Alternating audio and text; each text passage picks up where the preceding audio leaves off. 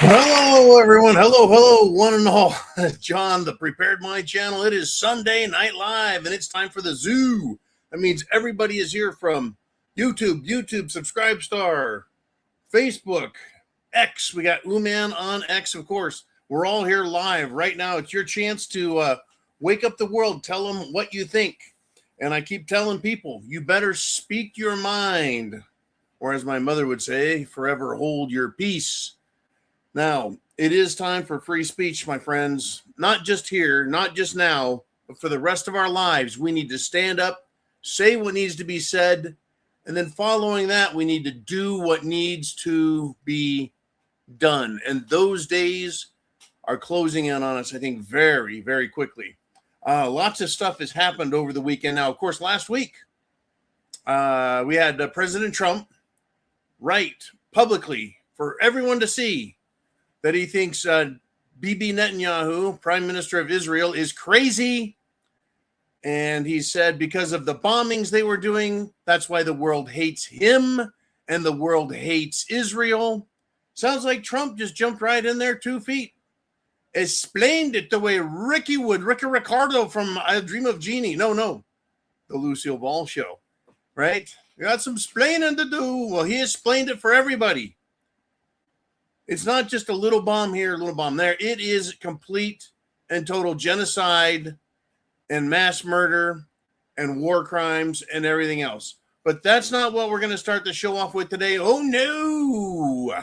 Oh, Sunday Night Live. Right up there, kabam, is a super chat button. That's how you get to be on the screen down here. For example,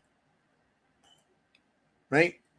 That is our website address for being a premium member, getting a membership. You can come all day long, all week long, and chit-chat there. I don't know if you can chit-chat when I'm not live, but anyways, definitely your website for getting all things prepared, food, water, shelter, clothing, medicine. Of course, that one, the self-defense, because that's my first topic here is self-defense. If you do a $50 or more super chat donation, and also down in the description below is Venmo, CashApp, and PayPal. And those are the other ways you can support the channel because this channel is guerrilla funded, meaning you guys are guerrilla warriors out there, right? We're not corporate. We don't have corporate sponsors. The closest thing we have to that is coffee from www.cofefe.com. In any event, folks, it has hit the fan. Things are nasty out there. Let's start with the topic, though. We have a big trial that's been going over the weekend, and it is the Carmelo Anthony Austin Metcalf trial. Now, it's not like it's one versus the other. One has already killed the other. and one side is saying that's murder. That would be the prosecutor prosecuting this death as a crime. The other one says if you go into someone's tent, they ask you to leave 15 times, they refuse, you stick your hand into your bag to where you brought a knife, a weapon to a track meet that you have been barred from, and then you challenge someone to start a fight with you. If they touch you, you can then stab them through the breastbone and into the heart and kill them. So, right, it's a toss-up. Not really. All right, so on this topic, Darcy T is starting off the show with a $50 super chat donation. And when that happens, it buys me a single malt scotch. And this week is the Glenfiddich 18, a very nice scotch. So there it is. I'm going back to the bullet shot glass. Poured that one a little tall for you, Darcy. Salute, prost, cheers, and God bless America. May the wings of liberty never lose a feather. Down the hatch, and then we're going to get into Darcy's comments. Oh, and to the rest of you, same thing. Cheers, prost, salute, down the hatch, semper fi.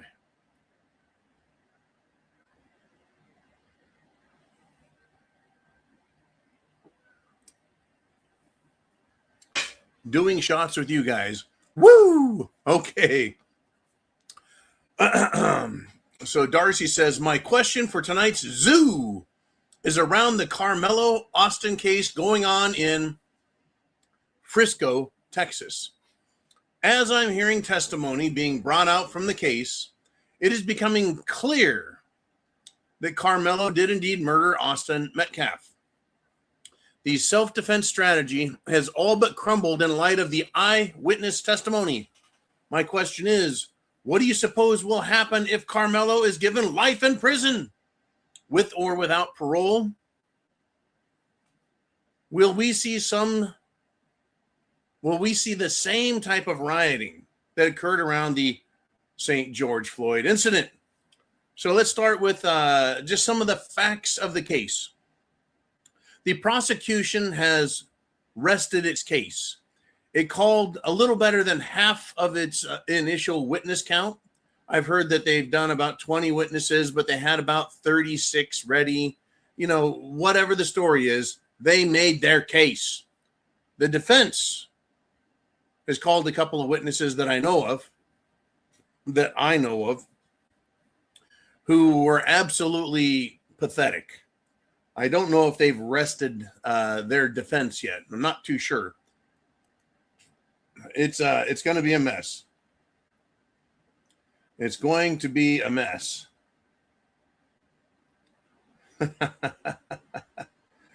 Oh boy, who are the lawyers representing Carmelo? No idea, man. No idea.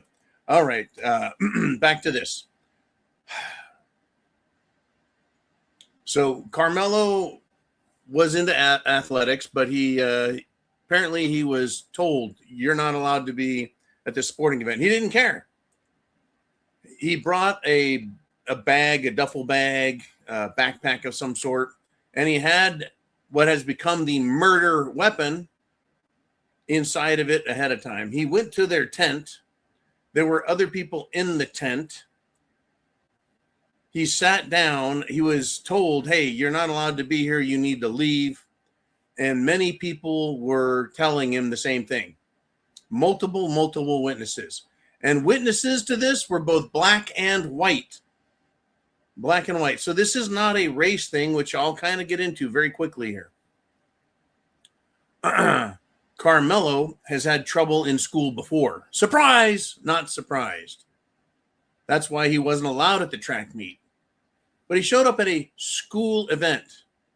Now, I get it. When I was a kid, we had knives, we had guns in our car. It didn't matter. We were kids, and that's how it was in the 1980s. But things have since changed. You're not allowed to bring your rifles to school anymore or shotgun. And you're not even allowed to have a pocket knife anymore. But Carmelo had one. And a big one at that. Not a cute little one you can clean under your nails or, open a sandwich bag. Well, I don't know, right? It was a big knife, big enough to kill a human being.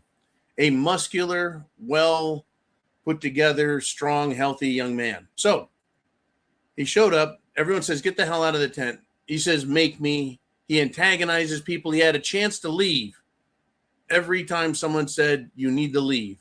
And he refused. And then he taunted Austin Metcalf. Austin Metcalf said words to this effect. I'm not going to fight you here. Okay. But he continued to antagonize. It went back and forth. Carmelo had his hand inside the duffel bag / backpack on the knife, blade extended and out already. And the report, the best I could put together, is Austin Metcalf went to push him. One of the witnesses or two of the witnesses, he barely moved from the push, meaning he was braced. It wasn't a hard push. It wasn't a real push. It wasn't even an assault other than he touched him. And within a split second, the knife was out of the bag and in his heart. That fast. Almost as if as soon as Austin Metcalf moved, Carmelo was bringing the knife out to stab him, like a 1-2 punch. So we get into Darcy T's comments, questions. She said the self-defense strategy has all but crumbled in light of the eyewitness testimony. So I've given you some of the eyewitness testimony, but see, to the kids, to the high schoolers, this isn't about race. Because several of the witnesses, at least 3 out of the 6 that were students, that were eyewitnesses to the crime, were black. And they did not paint a rosy picture of Carmelo. Not in the least. All of the students laid out their perspectives, their memory, their witnessing pretty much the same way. Everyone sees things from a different angle, hears things a little differently, but they all had the same story. So this defense, it was self-defense strategy, is bullshit. I don't want to get into the legalities too much, but you can only use deadly force when your life or the life of others or great bodily harm and injury is possible, is happening, right? And that wasn't happening. These are high school students. This isn't in the hood. This is during a daytime sporting event, not at night. Not everyone wasn't standing up and pushing him around and bossing him around and beating up on him.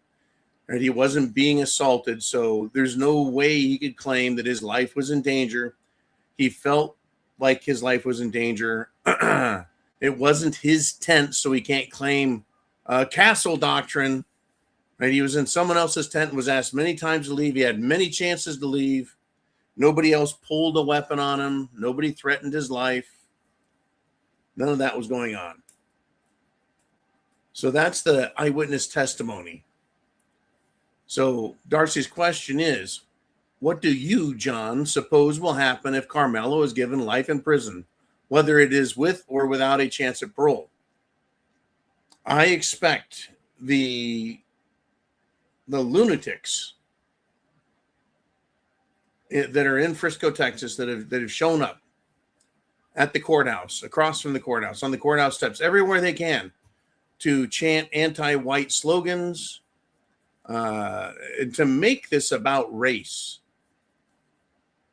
See, to me, it wasn't about race. It was about a piece of shit with very thin skin who didn't like people telling him what to do, didn't like that he wasn't allowed, didn't like that he's in trouble all the time. But, you know, I keep hearing this shit. Oh, he was an A student. He was this, he was that. Well, if he was so smart, why did he stab someone for no fucking reason other than there's something wrong between his ears? So what will happen if he's given life in prison? I expect it's going to start in Frisco, Texas, in Texas proper. Then it'll spread around the country. I think they will push for George Floyd type riots. I think the media will glamorize it. And part of the reason I'm going to say this is we already have a problem in this country with youths gathering in the hundreds and even thousands all across the country, knowing that they outnumber the police. The odds of them getting caught are very slim as individuals. Some will, but most of them can get away with, well, burning, looting, murdering. BLM. I think that they're going to push for that. I think the media will glamorize it.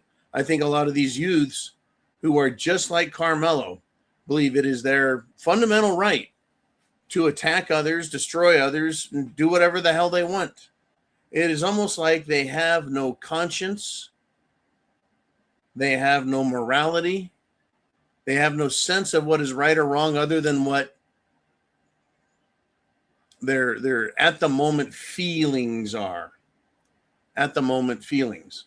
All right, folks, this is how we're starting. Yeah, the summer of love cometh, says Trevor Benson. Now, if you got a question, you got a comment, you've got a thought, and the Italian hillbilly is in here.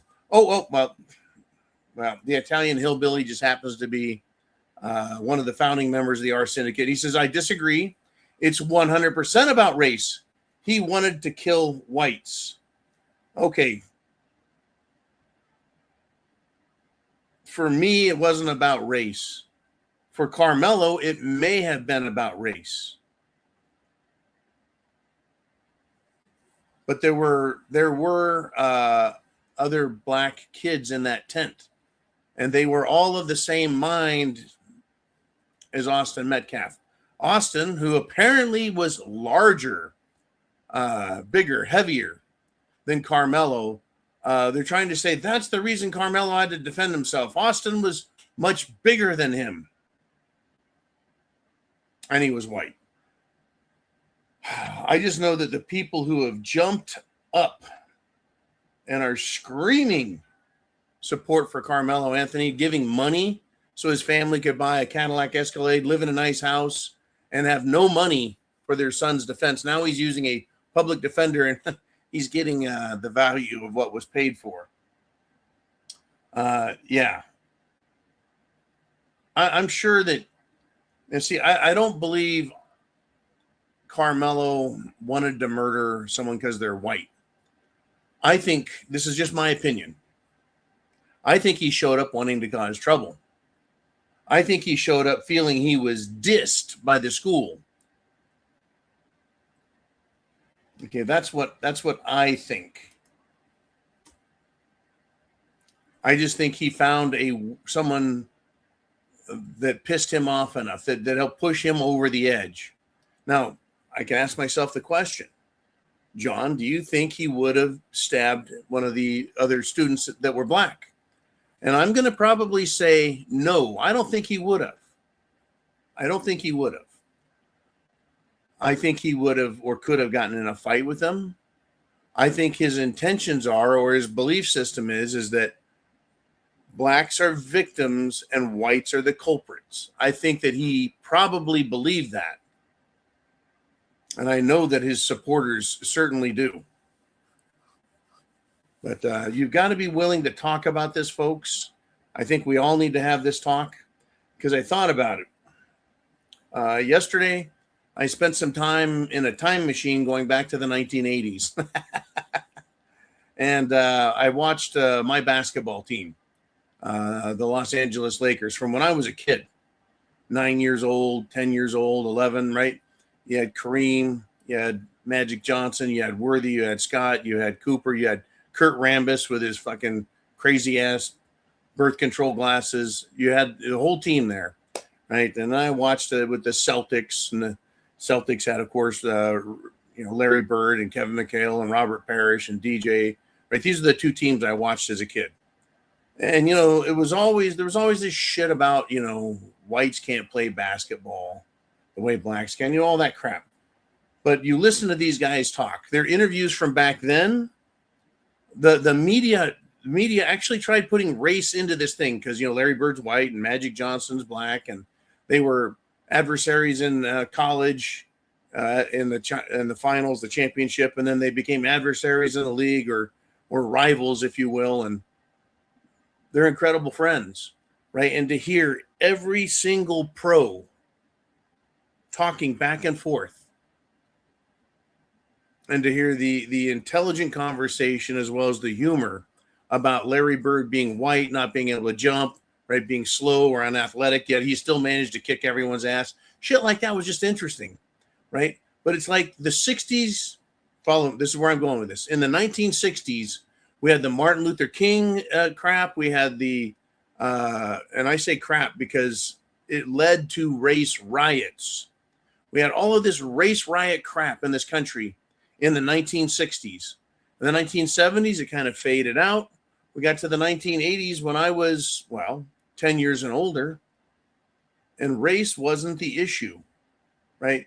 Yeah, we all knew what color we were. No surprise there. But it seemed like the 60s had been forgotten, all those problems, and we're just enjoying the fuck out of life.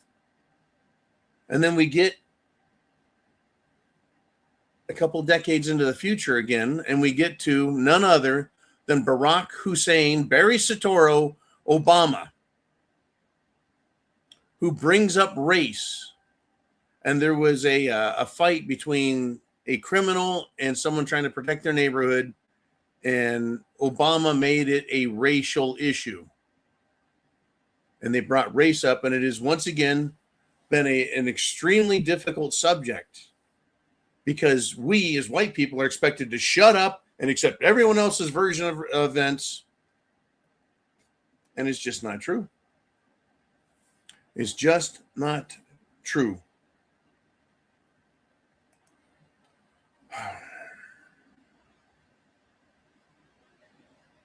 You know, it's I believe there is a percentage of people in the black community who blame everything on the whites. And I don't know how to get away from that. But politics, the media has put it out there, and they've successfully got us in each other's throats. And so you do what? You look around and you go, okay, I see a problem here. What's the cause of it? It's a mess, folks. It is an absolute mess. Big Dan the Man steps in with a $5 super chat wanting to engage in the same conversation. And he says, what is interesting is black people make up 13% of the population, but commit 50% of all crime. What the fuck is all that about? Bad parenting? Well, let's start with 50% of the crime coming from not 13% of the population, but about 6.5% of the population. Why do I say only half of the 13? Because, well, the males, they're half the population. So only half the black population is male. Now, I'm not going to say that there aren't black women who are criminals, because there are black men, white women, black women. It doesn't matter, right? But crime statistics are out there. Now, what is alarming and has been discovered and is now being investigated is that people who are Hispanics, blacks, Africans, Middle Easterners, Far East Asians, they're being called white in the police records, inflating the number of white criminals that are being talked about statistically. It's a fucking mess. But the second part of your question, Big Dan, and thank you for the great support, is that bad parenting is a part of it. It's a huge part of it. Now, what I've done in order to try and temper my attitude, my belief system, is I have listened to these radical, crazy, anti-white, racist motherfuckers out here. And I've listened to blacks who are conservative. They are thinkers. They are philosophers. They're rational-minded. And they're making their case in social media as well. And they aren't happy with Carmelo. And they aren't happy with his supporters. And they're not happy with black culture in general. And what I mean by that is they pointed to a lot of the things that Dan is talking about. What is the problem? Why is 6.5% of the population committing such a high percentage of the crimes? Now, let's take what I just said and deduct that from that 6.5%. So black population, 13% of the overall United States population. 6.5% of that is the males. And then, well, 6.5%. Let's break that down to the approximate half. 3% of that is conservative, and 3% of that is Democrat. So now we're down to 3% of the population committing half of the crimes. That is not adjusted for all of the bullshit police reports saying people who are obviously black or African American have committed those crimes. So we have a disproportionately small sector of the country that is resulting, or their crime rate is so high, they're 50% of the criminality. That is off the charts. So you can't get mad at people. You can't get mad at Dan. You can't get mad at Chin. You can't get mad at me. You can only get mad at the statistics. And you can argue the statistics. You can debate the statistics, but you can't change the fact that such a small number of the population, 3%. You can go, oh, it's not 50, John, it's only 40. Other people will argue 60. I'm just going with their numbers. This is the problem. Now, In my world, I've got crews of people who are from Central America. I've got crews of people who are from Mexico. I got crews of people who are African Americans that work on a variety of jobs with me. I don't have a problem with any of them. All of them are well-spoken, polite, hardworking. Right? I don't deal with this 3% shit. I just don't deal with it. Not on a regular basis or a personal basis, so I have to learn through what others are saying. So I listened to people who are African American, what they have to say about where this type of thinking and behavior comes from. And they start with broken homes, bad parenting. They get into things like welfare, the entitlement mentality. You know, mama's been on welfare my whole life. And because of that, right, she's getting money from the government because we've been put down, held down, beat down, held back, discriminated against, everything. And that's why we're poor, and that's why this and that, and that's why they're this sense of entitlement. You owe me because of that. And so I understand that argument. I do. I understand that. But in Carmelo's case, it's my understanding that he's got mom and dad, and that they're not from the ghetto. They're not super poor, right? They weren't fighting that fight. Very fascinating to me, right? That's not the excuse in Carmelo's case, but it is an excuse that's been put out there. Or instead of using the word excuse, let's use the word the reasoning, the explanatory reasoning for why is it such a significantly small percentage is responsible for such a huge percentage of crime. You know, it's incredible. It truly is. So is it bad parenting or lack of parenting? Yes. Is it an entitlement mentality? Yes. How about this? The communities themselves do not police themselves. Right? The black community doesn't police itself. Okay, there's it doesn't, you don't see kids doing bad things and then you holding them socially accountable by going out in the street and telling that kid, knock that shit off. You don't destroy property. Take care of your property. Be nice to people. Where's your dad? Where's your mom? I'm going to go have a fucking talk with them. Now, I have seen how that works out because I've seen a lot of these fights where you got two adults, whether they're young or in their 30s or in their 40s even, screaming and yelling at each other, both believing both sides are right. And we have that a lot. That is not a race thing, by the way. It's just people think they're right. But you know that if 2 people, 3 people, 5 people went and said, look, you dumb bitch, or look, you stupid ass, your kid's the fucking problem around here. Either you fix him or we're going to have to do something about it, whether it's with him or with you or both. There you have it, right? That's self-policing. And I've seen that in action. I've seen parents banging on other parents' door, giving them shit. Now, of course, back in the 80s, right? And we were a white community. And some kids, and I don't know who, well, got in trouble from time to time, screwing around, being kids, because that's what kids do. Kids do screw around, but you can't wait till they're fucking murdering people to try and correct the behavior. Now, I digress. Bad parenting. One of the things I did notice, listening to a lot of these NBA greats from the 80s, not just from the Lakers and the Celtics, but all the different teams out there that, they're superstars, is all of them had a great sense of humor. They had a great sense of humor. They would joke and laugh about this shit. All the stupid shit they said, all the racist. Not by today's standard, they call it racist. Back then, it was jokes, for fuck's sake.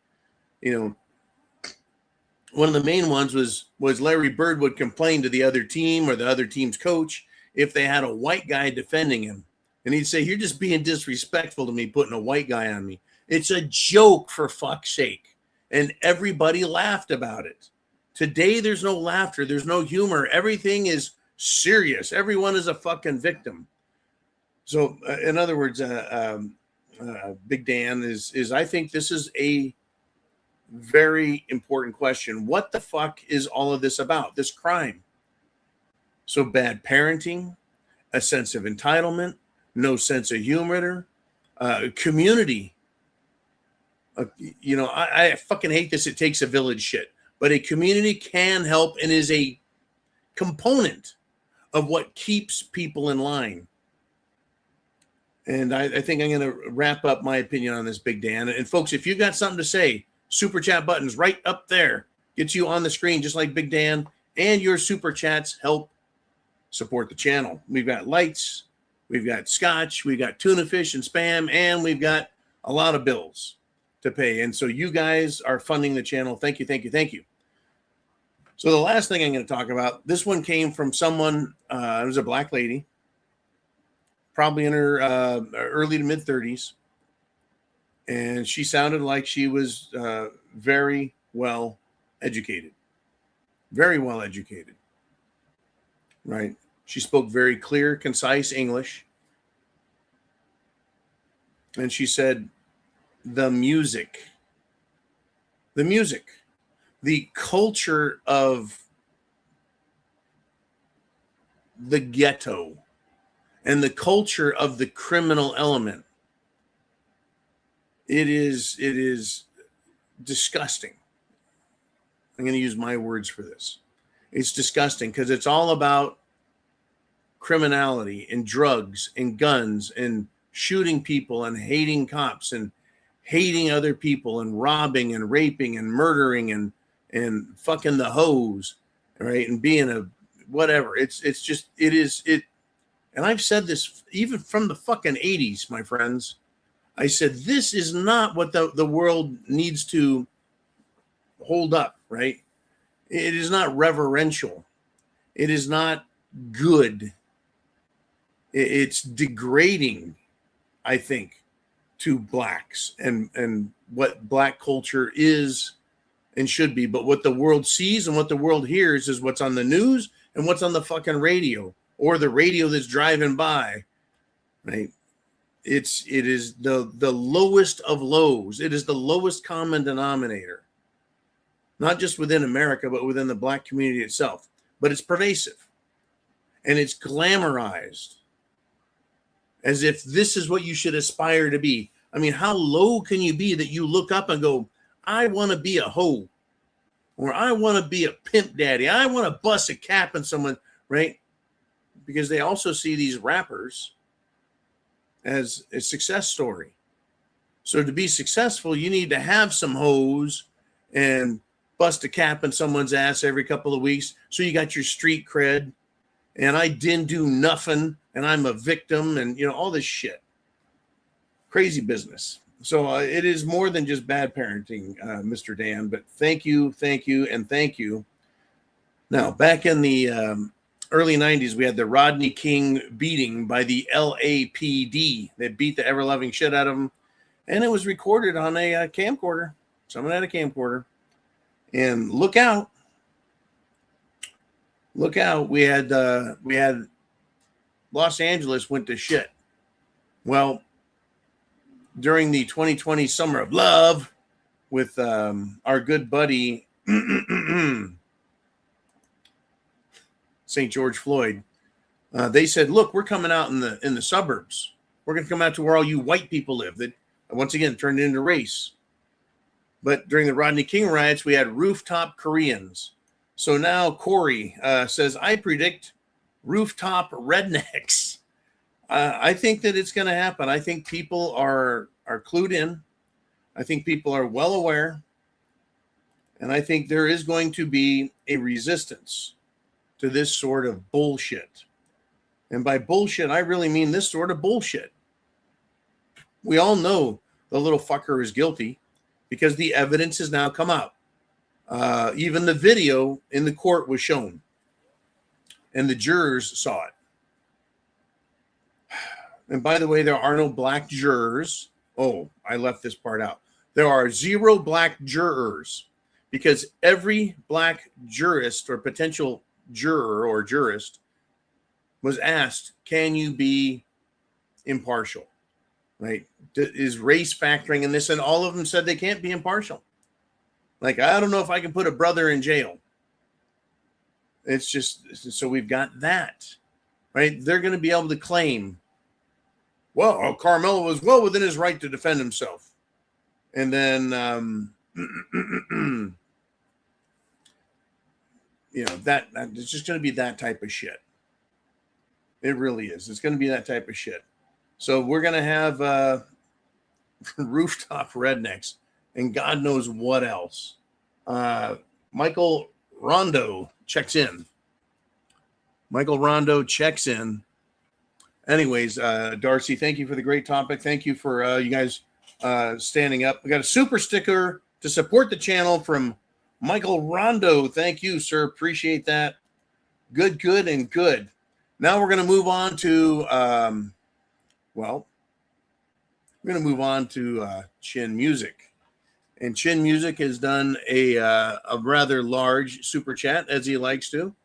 He did a $55.56 super chat donation. Of course, that gets another 18-year Glenfiddich single malt scotch. And your funds, my friends, support the channel, the efforts, the message, and keeps the light on, pays our subscriptions, our server fees, and other expenses. Thank you. So we're going to get now to Chin Music. Thank you, brother, very much. Semper Fi to all means always faithful.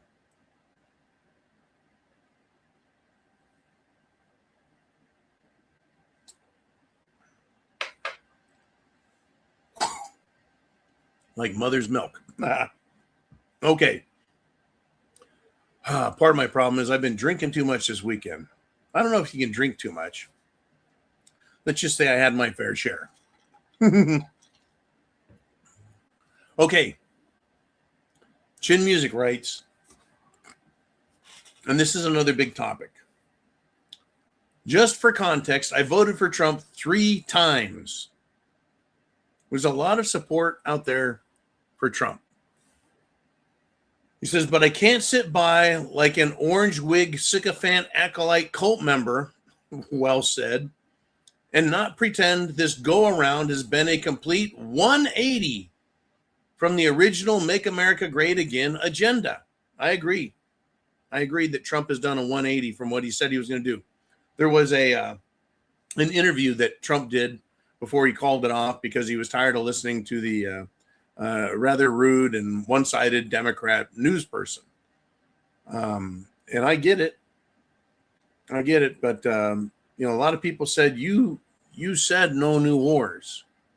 And Trump said, well, things change or he made an excuse for it. I get it. I get where we're all at with this 180 degrees because we are told no, and I will. Then he says, I won't, and doesn't. It's tough. And so Chin Music says, I worship no man. And that is a good practice, psychologically, spiritually, etc.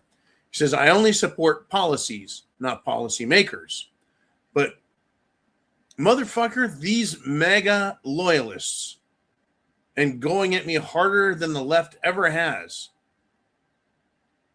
What he's saying, folks, is he is debating and talking with other Make America Great Again Republicans. And he's saying they're less open-minded. They're making terrible arguments, worse than even the Democrats. And I got to tell you, man, I find that difficult to believe. But I can say this in support of that statement you made. Harder than the left ever has. I have heard some Republicans make the most ridiculous fucking arguments to support what is happening around the world. And it's off the hook stupid. And I just want to say, I thought you were smarter than that.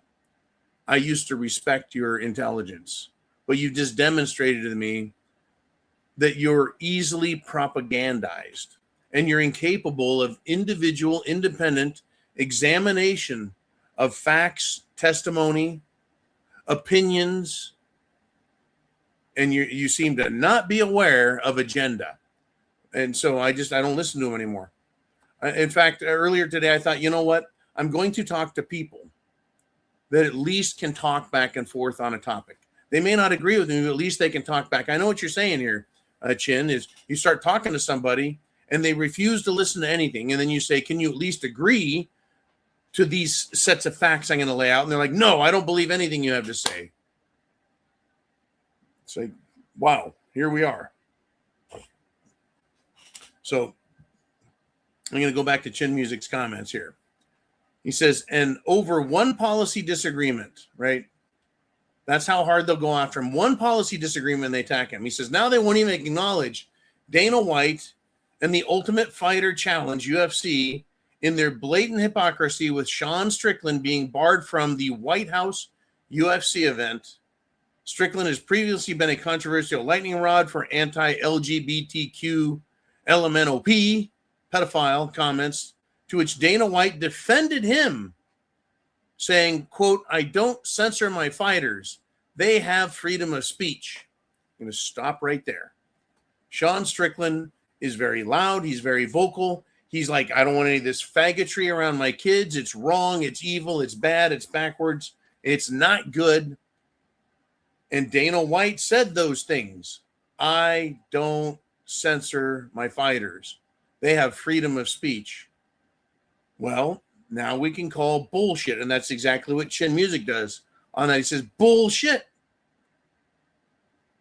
They do censor speech, or rather, they do have freedom of speech until the fighters speak out against you-know-who Netanyahu and his war pigs in Israel, the IDF, Mossad, etc. He spoke out against foreign country and our country, and the right censored him.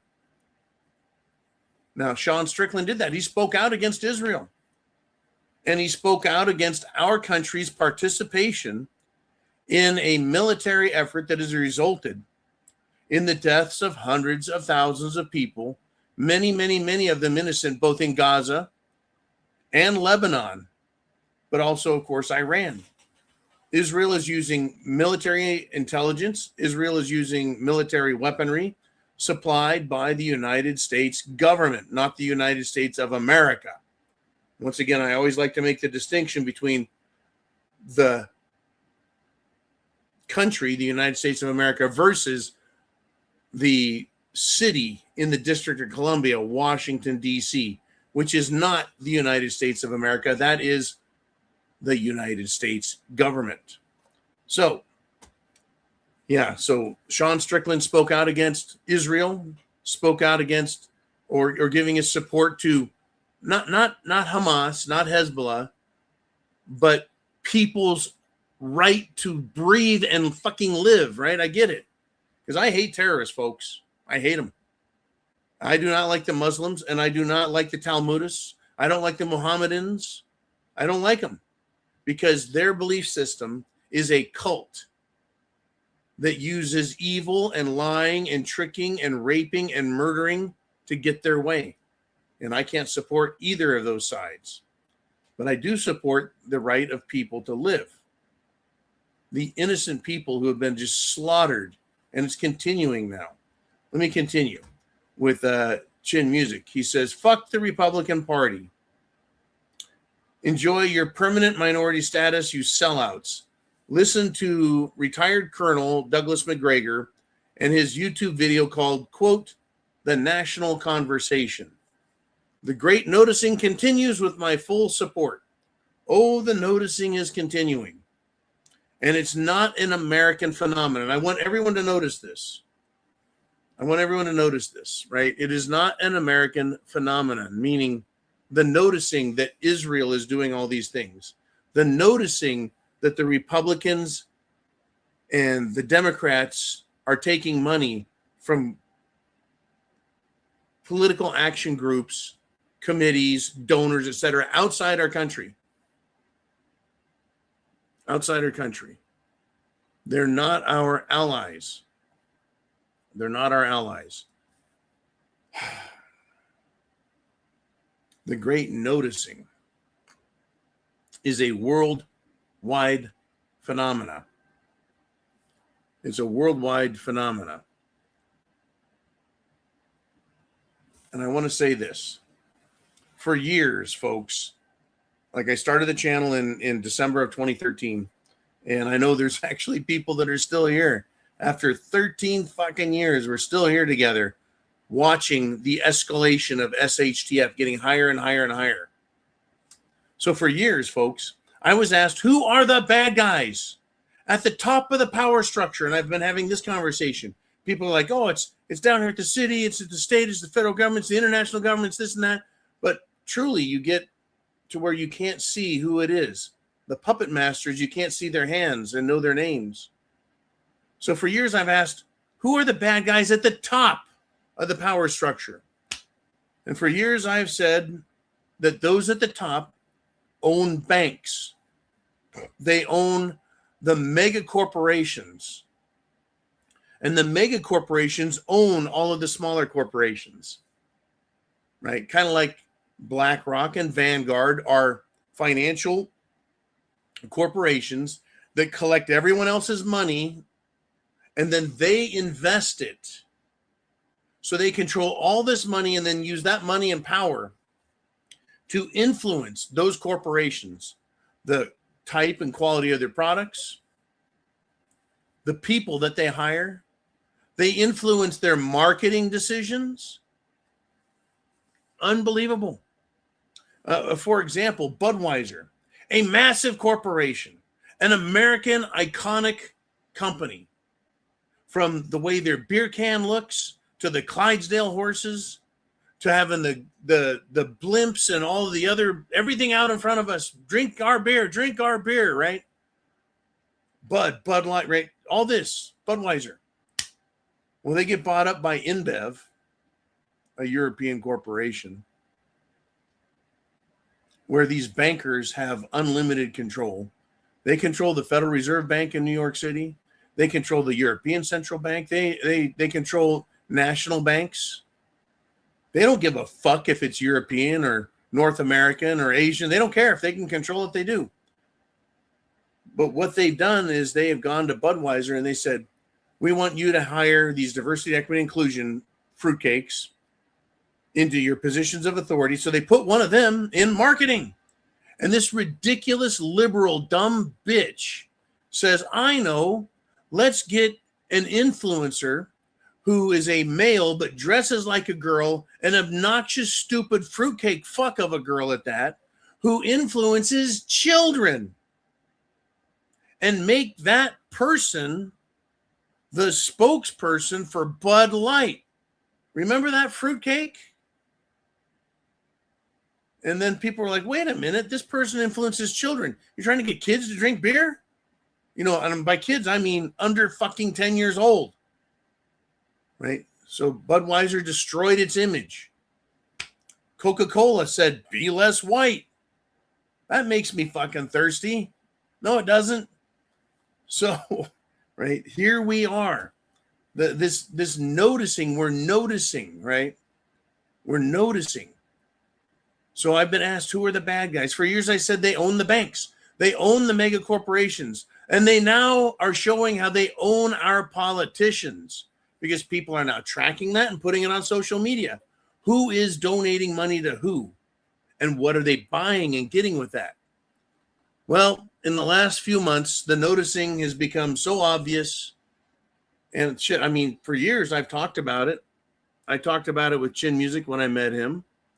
I've talked about it with subcontractors that I work with. I've said, take a look over here. Check out that bit of history there. And people, not me, not just you, but people everywhere and around the world, from the Netherlands, where Rami Marish is at, all the way down to Australia down under, we're feeling the sting of this control. We're noticing who is making the rules, who is influencing the decision makers in government and corporations and banks. Right? So I've decided now the cat's out of the bag. I can share my thoughts. Right? I've used both older and then more modern examples. Right? But many people, when they hear the words Israel or Jewish, they close their eyes again. They're afraid. And people, folks, there's two great motivators in life. Two great motivators in life. Greed and fear. You would think greed, the opportunity to become rich and powerful, it is the number one. No, it's not. It's only the number two. It is the number two motivator of humans to get what you want and be successful at it. The number one fear is fear. The number one motivator is fear, I should say. Fear. Israel fears being exposed. So when you notice, they attack. That is their fear. They fear the world waking up. They fear the world realizing the Holocaust is a fucking lie, a disproportionately blown out of history lie. Everything's a fucking lie. Everything the books say is a lie, unless you have not just the school book, but corroborating historical examples, most notably from that period, right? I don't want to read a book written in the 90s or 2010 about World War II and the Nazis and the Soviets. I don't want to read what someone has to say about it today. I want to know what they said about it back then. Back then. What did they say about the Nazis before World War II? Hitler was man of the year. Hitler looked at Germany and said, transgenderism, homosexuality, prostitution, child prostitution, and other things that were being done in Germany to destroy Germans' culture, law, history, etc. He said, this is bad. And so they were removing that. And for 8.5 years, Hitler told the Jews of Germany to leave, get out. We don't want you. You're bad. You've ruined Germany. You've hurt things. And the reason I bring that up, the 8.5 years, is because Bibi Netanyahu came out and said, was Hitler nice enough? Did Hitler give us a chance to leave? Did Hitler tell us no? So we're just bombing the shit out of Gaza and bombing the shit out of everyone because Hitler didn't do it. Hitler didn't give anyone notice. Well, and actually he did. He actually did. 8.5 years, Germany told them, get out of our country, we're done with you. They burned the books. Folks, those weren't books on philosophy. Those weren't books on mathematics. Those weren't books that were good for the Germans. Those were books on pornography, homosexuality, transgenderism, and that's why they were burned, because they looked at them, and I'm sure many copies of the Talmud as well, because they saw them as anti-German. So we've got to stop being afraid. And people, when you tell them the facts, they'll close their eyes. Ask them to wake up, open their eyes, stop being afraid. Look at real history that was written in the 20s and 30s.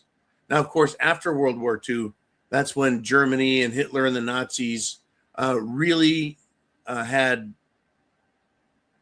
the book thrown at them, to use a term, right? They threw the book at them, right? You guys are the worst people on the planet. And the Nuremberg trials were headed by Jews, by the way. They did not like what was done to them. And so they went and they had a melee, folks. And then the Holocaust story was born. The lies started. It became part of indoctrination. My mother and father, born in 1947, 1949, grew up. By the time they got to grade school, the propaganda was over 10 years old on what was done and why it was done and who were the bad guys. And they are the most heavily indoctrinated people on the planet. That generation is known as the boomers. The boomers are having a hard time letting go of the past. They're now old, 70 years and older. The boomers are. And the Israelis are very upset, and the people in control of the banking system are very upset that the boomers are going away, because my generation, Gen X, is waking up. Some of the millennials are waking up, and Gen Z appears about half of it is wide fucking awake. So understand, folks, you're not the end of the intelligence or the strength or the virtue that is those who have morality, decency, and want the truth out there. Gen Z, which is the generation of my children, half of them are hardcore awake. So it's okay to wake up. It's okay to share your opinion. It's okay to talk. It's okay to stop being afraid. It's okay, and I recommend helping others wake up, open their eyes, because closing your eyes doesn't make the monsters go away. You can't go, oh, no, I don't want to talk about that because, it's bad. It's bad. You're not allowed to argue about that. What it does is it allows the monsters to keep being monsters when we don't stand up to them, when we don't. Now, we've gotten almost an hour into this show, and I've gotten 3 super chats done and not much more. Now, let's do this. We've got some great stuff coming up here. I've got a great bunch of topics. You guys have been awesome. We've got a big show, 250 people live. Please share that internet address at the top. Copy it, paste it, email it, text it, whatever it takes. Get it out there. People need to wake up. I've got more topics to talk about.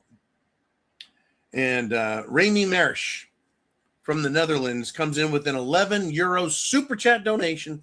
Thank you, Remy, very much. I hope all is well with you in the Netherlands. Now, Europe has been under siege with these illegal, low IQ, inbred dumb fucks from around the world. And Remy, I hope you and your family, those you care about and love, stay safe. We have nothing but trouble coming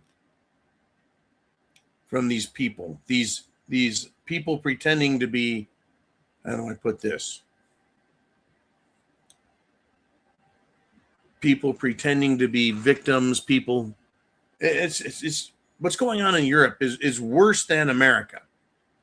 It's worse. Now, in America, they've discovered that the India H-1B visa system is a massive fraud.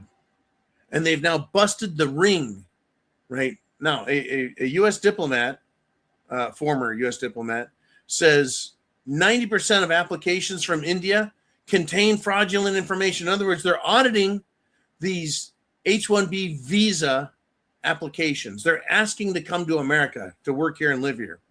And they're lying on their application, lying about who they are, what they are, their education, their skills. Everything's a fucking lie. The only answer is deportation.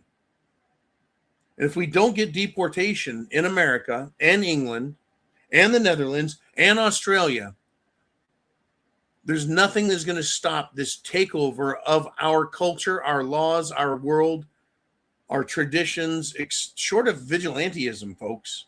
And that is starting to turn up everywhere. Vigilantism. Now,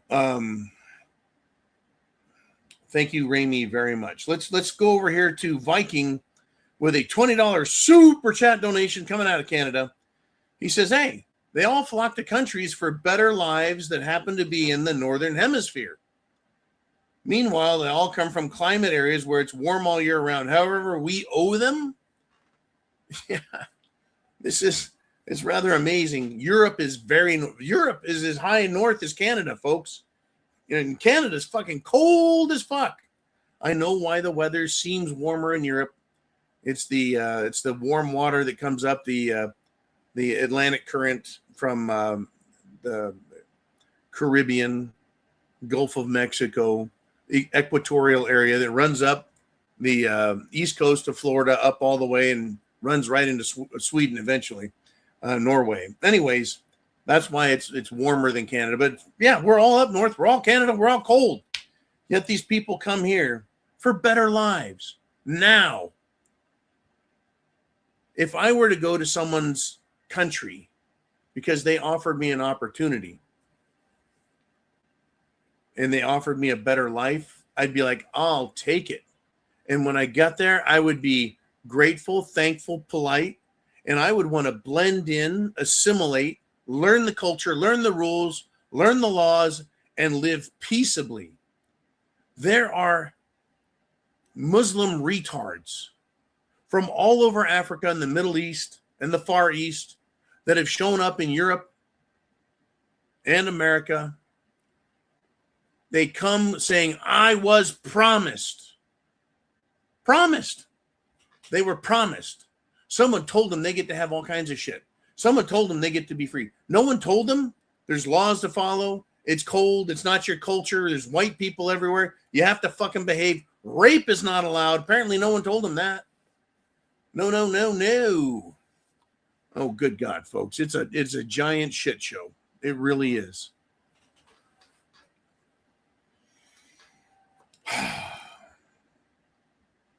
They come to these countries because they're allowed to. They should not be allowed to. Period. Thank you, Viking, very much for the super chat donation. Your super chats, buttons right up here, gets you on the screen the way the last few speakers have been on the screen. And we have a lot more to talk about.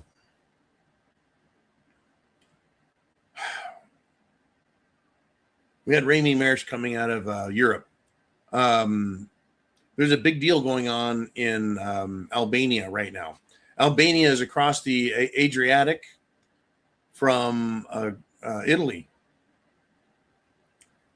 And they have told the Epstein class, a.k.a. Jared Kushner and Ivanka Trump, get the fuck out of our country. Ivanka Trump has now been nicknamed Marie. Remember the Queen Marie Antoinette? They're calling her Marie Antoinette Epstein. So they've nicknamed Ivanka Trump Marie Antoinette Epstein. And Jared Kushner and Ivanka together are being called the new Epsteins. Geez, I wonder why. What could be the connection? I don't know. Epstein, Israel, wanting another island for rich pedophiles to go on vacation and, let's see, rape, assault, beat, torture, hunt, kill, drink their blood, and eat their flesh. Because all of those things that I just mentioned, as outrageous as they sound, are right there in the few Epstein files that have been released. And that is horrifying that, well, we're now being told there's only 2.5 million documents left. A few months ago, there was it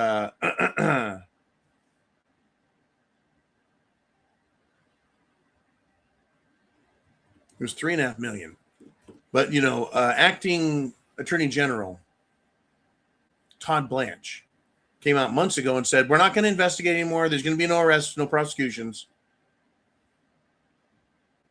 That's it. That's it. So Albania, and I think this is important. Albania said, go fuck yourself. They have been in the streets in the hundreds of thousands, folks. Can you imagine over 100,000 people gathering in the streets in the government sector, the capital, as well as other cities, for going on 8 days and not leaving, not going back to work, not handling their regular responsibility, to tell the government, no, you're not giving this island to them. So very quickly, the Albanian government said, you know what? We smell shit. We smell fraud coming from, well, the new Epsteins, Jared Kushner and Ivanka Trump, Marie Antoinette Epstein, right? They've heard enough. They've sensed enough, and they froze their bank account. And now there are Albanians going to that island and kicking the construction companies off it because it's a national park. And they're trying to develop it for these rich people to go in and just, well, be Epsteins. So they've frozen their account. They're kicking the people out. In fact, they're telling Israelis, get the fuck out of the country. They're kicking Israelis out of Albania. Kicking them out of Albania. We're going to talk more about countries that have had it with Israel. Not just Albania, but other countries as well. So this is an ongoing story. It's incredibly important. Not just for the joke value, but for what do we do? For what do we do? And I'm going to get into this right now because someone sent a very good question. And I'm going to go over here to Yankee Watchdog. And don't worry, Big Dan, the man, I'm going to get to you, man. Super chat donations up here, end up on the screen down here. Yankee Watchdog asked this question. I've been coming to this zoo for a long time, and I thank you very much, Yankee. He says, the one question I never heard the answer to is, when the fuck is go time? And what have I said? I can't tell you when because I'm not God. I can't tell you, well, it's going to be March 22nd, 2027. I can't do that. What I can tell you is you'll know when it's time. Now, in England, we've got a complete, absolute, inbred, low IQ, uneducated, worthless piece of shit named Vikram Digwa. He's not just from India. He is from a subsect known as the Sikhs, S-I-K-H, Sikh. They're the ones that wear the turbans. They don't have the Muslim turban, which is smaller and tighter. They've got the bigger turbans. These people are used to portray themselves as nice. Not Vikram Digwa, not others. Now they're all carrying their ceremonial dagger swords.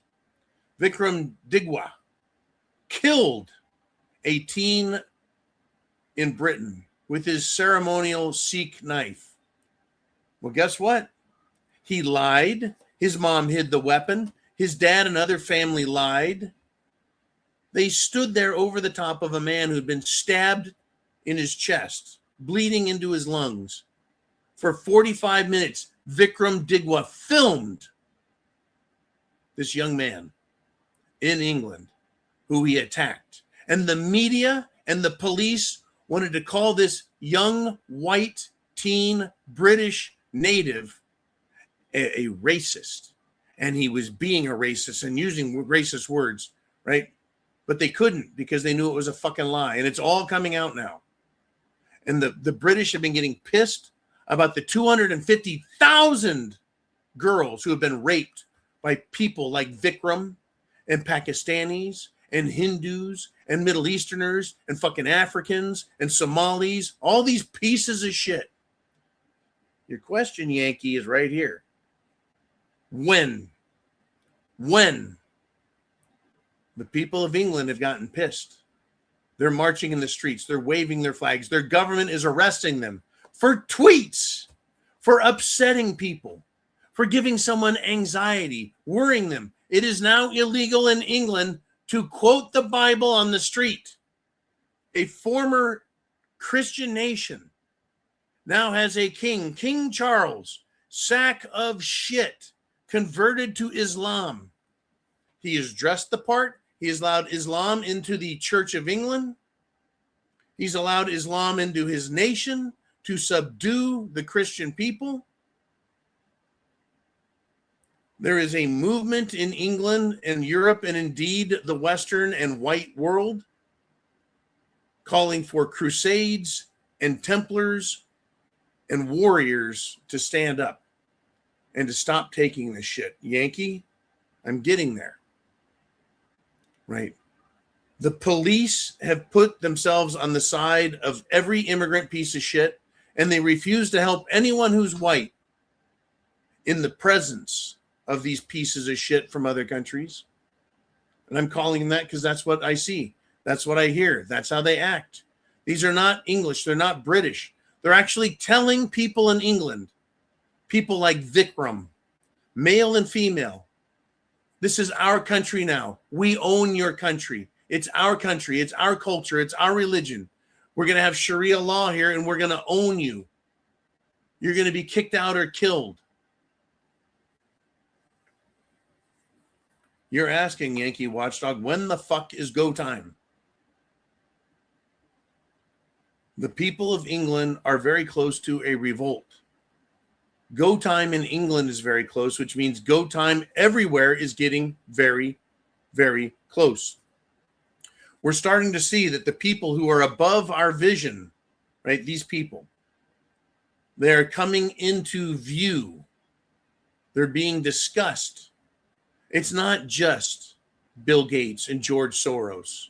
They're the lapdog bitches of the power elite who normally exist so high you can't see them. These aren't the billionaires. These are trillionaires that own literally the world banking conglomerate. The Federal Reserve Bank in the United States of America is not American.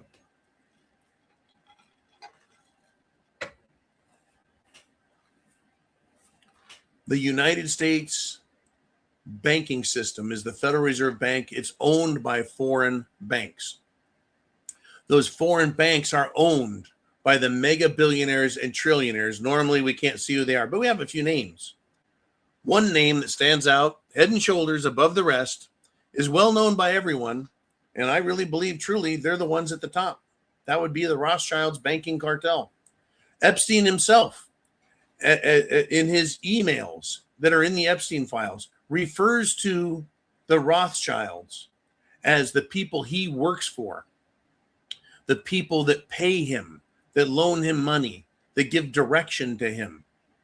I know Israel and the Mossad, the IDF as well, but he knows who his masters are. That's how close he was to the top. He couldn't tell them what to do. He couldn't do this or that. He just knows that he's the bitch doing their bidding. Those are the people. They're the ones who are in charge of this. Go time is coming. And I want to tell you this, and I want to give you a little bit of good stuff here. Vikram Digwa, piece of shit, who stabbed Henry, murdered him in cold blood, laughed at him, scorned him, filmed him while he suffered until the police showed up. What a piece of shit. Vikram's now in prison. He's being held. The reason the British police, the reason law enforcement and the courts don't want to prosecute Sikh, Hindus, Muslims is because if they do, they get sent to prison. So they don't want to arrest them. They don't want to prosecute them. They don't want to find them guilty. They don't want to sentence them. And this is why. Vikram Digwa has now been attacked in prison. He had boiling hot sugar water thrown at him. You know what that stuff is called? Prison napalm. Because sugary water sticks to you. And it holds the heat against you and it fucking burns you. And I believe that is exactly why they don't want to put these people in jail. Is because the English prisoners will fucking murder them because they're pedophiles. Because they're satanic and evil. Because they're fucking rapists. The English government doesn't want those criminals in prison because, well, number one, they can't rape little girls while they're in prison. They can't stab innocent British people. They can't terrorize the British people if they're in prison. And folks, prison justice is an actual, real, powerful deterrent. I've laughed about this a long time in my life. I'm like, prison. 3 hots and a cot. You get to relax, go do some workout. You don't have to worry about nothing. The government will take care of you, right? You're in prison. The deterrent is, I don't want to have to fight for my fucking life every day. I don't want to fight off people that want to steal my food. I don't want to have to join this or that gang to protect myself from that and those other gangs, right? Prison is a shitty place to be. So they've protected these fucking people like Vikram or whatever the fuck his name is, so they don't have to go to prison because they will punish you. In prison, there is no question about whether or not vigilantism is the answer. And it does work, and it is a deterrent. If these fucking turban-headed camel fucking rapists and murderers knew they were going to prison and they were going to stay there and they were going to get killed for what they've done, they would not commit these crimes.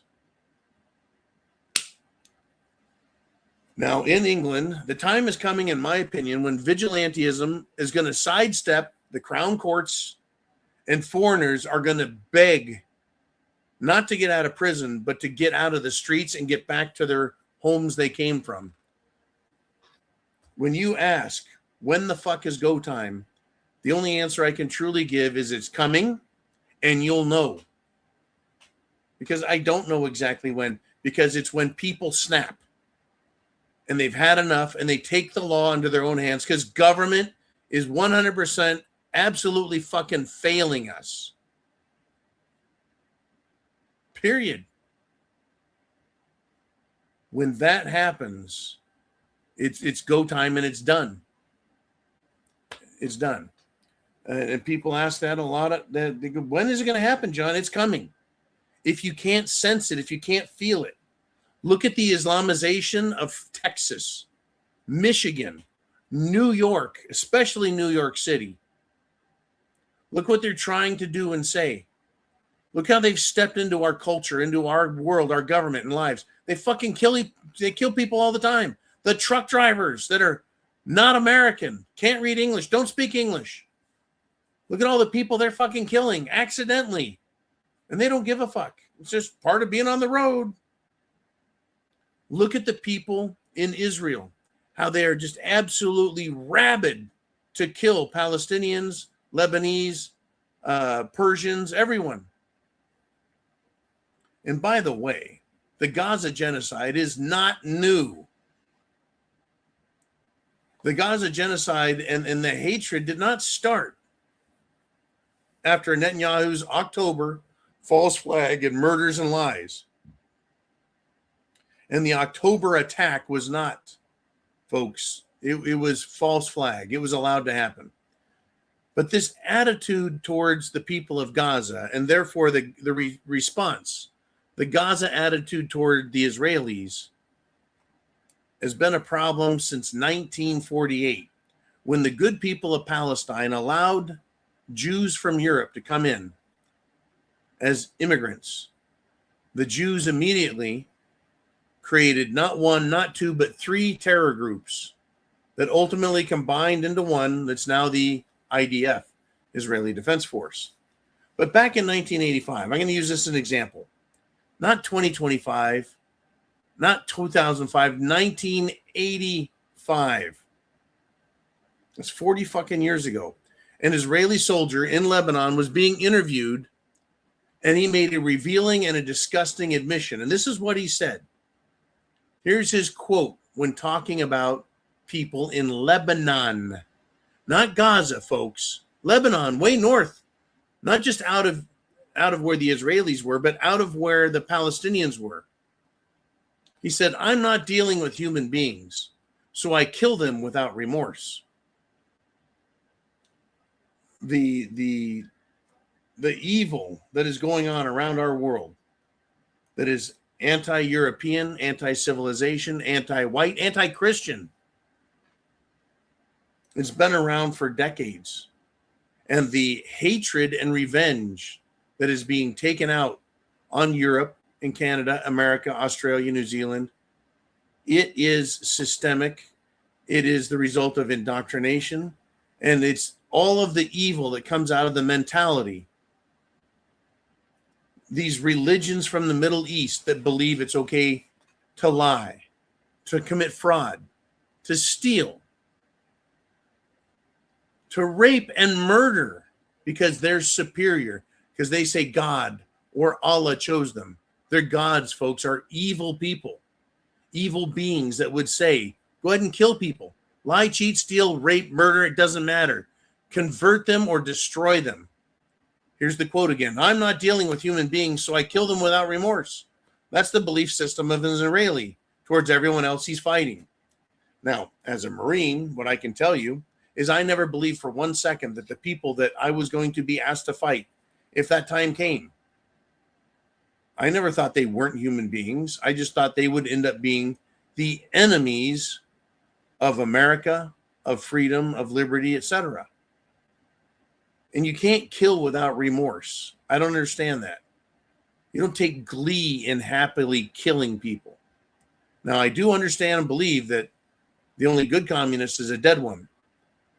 But, right, there's remorse. You're still a human. You just realize that person is fighting for something that is awful. Oh, yeah, communism's awful, folks. Over 100 million innocent people have been killed by communism. So anyone that pushes communism or an anti-Christian ideology that wants to murder us all, I consider them all terrorists. And I hate all these terrorists because they are evil, murdering, rapist bastards.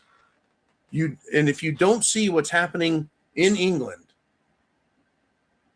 in Canada, Australia, in America, all over Europe, you're just not paying attention.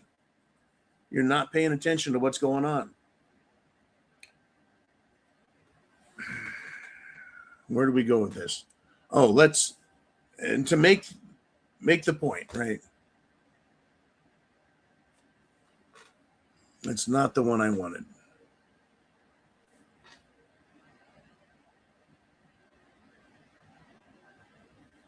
It's not the story I wanted.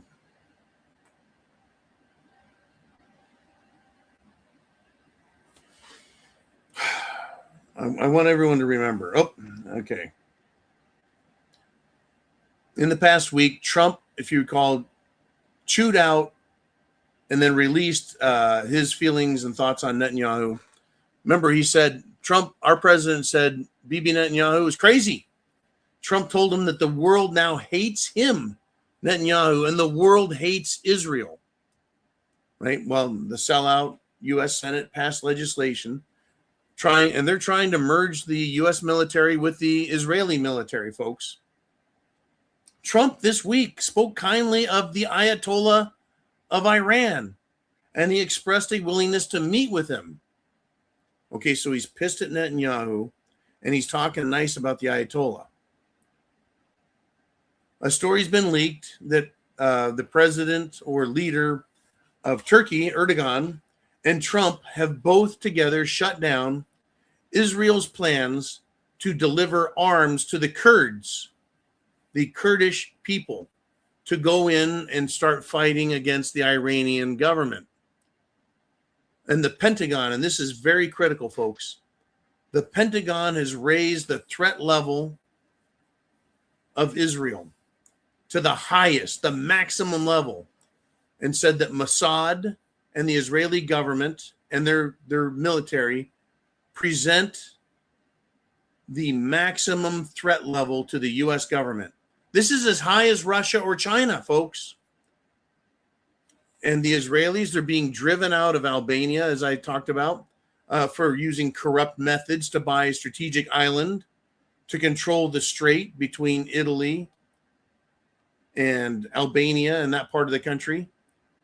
And they were going to use Jared Kushner and Ivanka Trump as fronts, use American military might and muscle to push and get and bully their way. Well, those assets have been frozen. Investigations underway.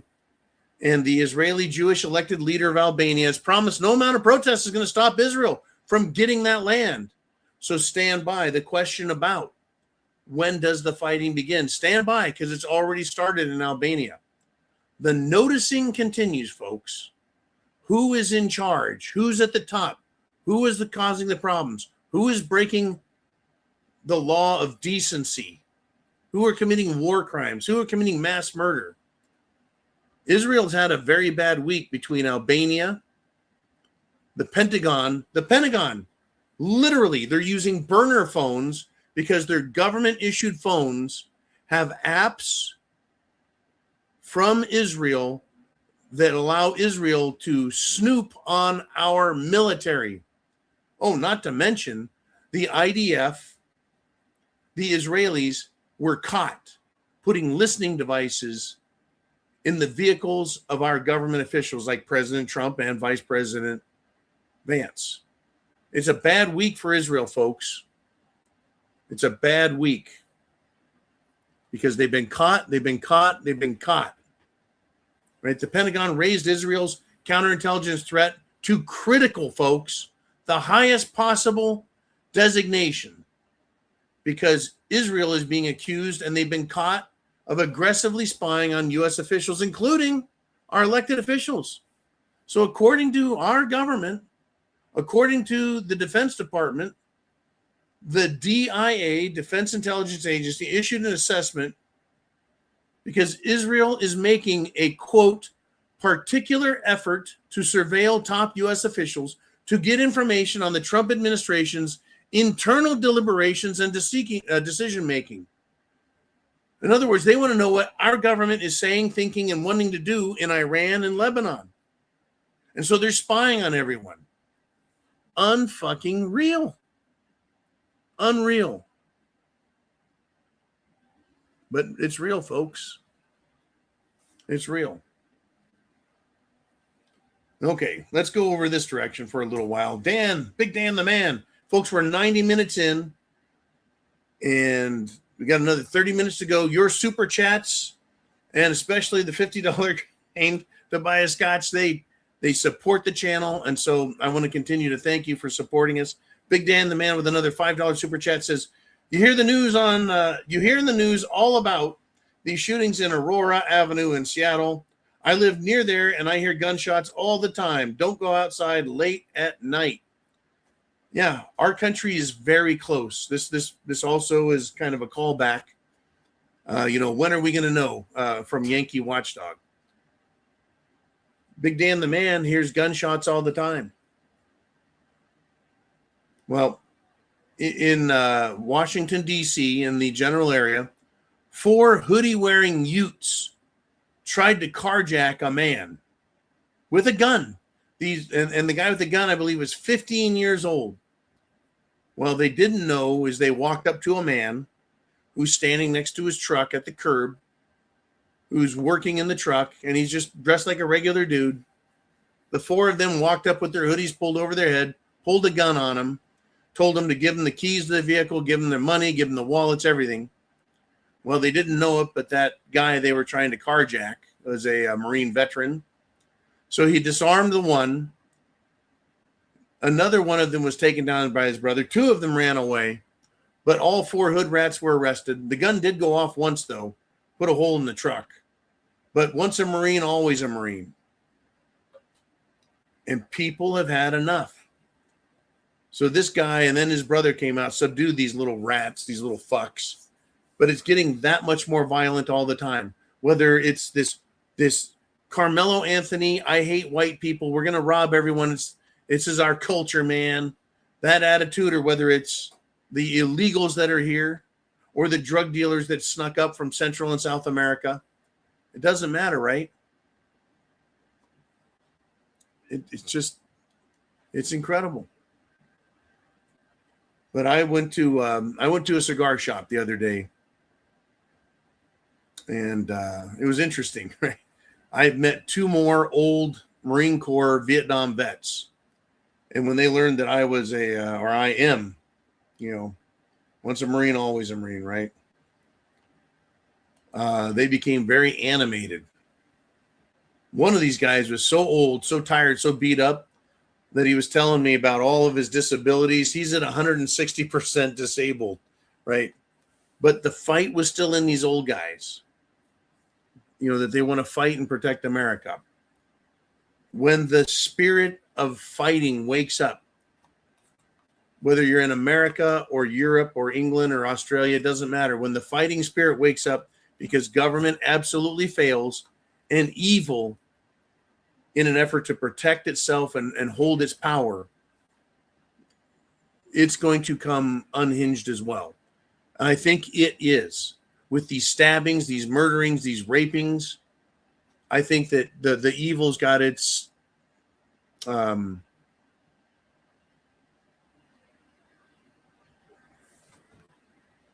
I think the evil is doing all it can at this point. I mean, that point, right?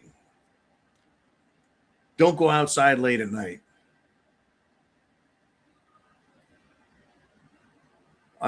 We used to play this thing, Take a Wild Guess. 12 people were shot by 2 gunmen at a family-friendly Ohio festival. 2 gunmen opened fire. 12 people shot. Take a wild guess. Was it the illegals from other countries?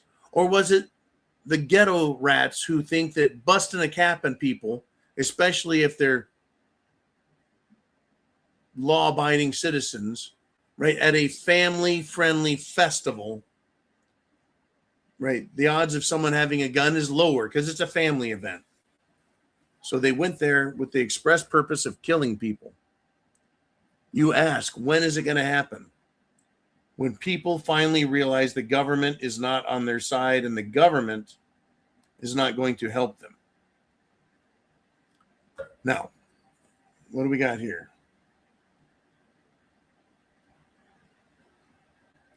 Big Dan the Man is back again with another $10 super chat. Thank you, brother.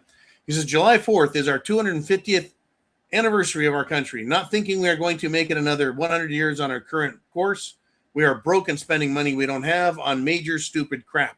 Yeah, like supporting wars, over 200, or is it over 300 military bases around the world. The fraud is off the hook.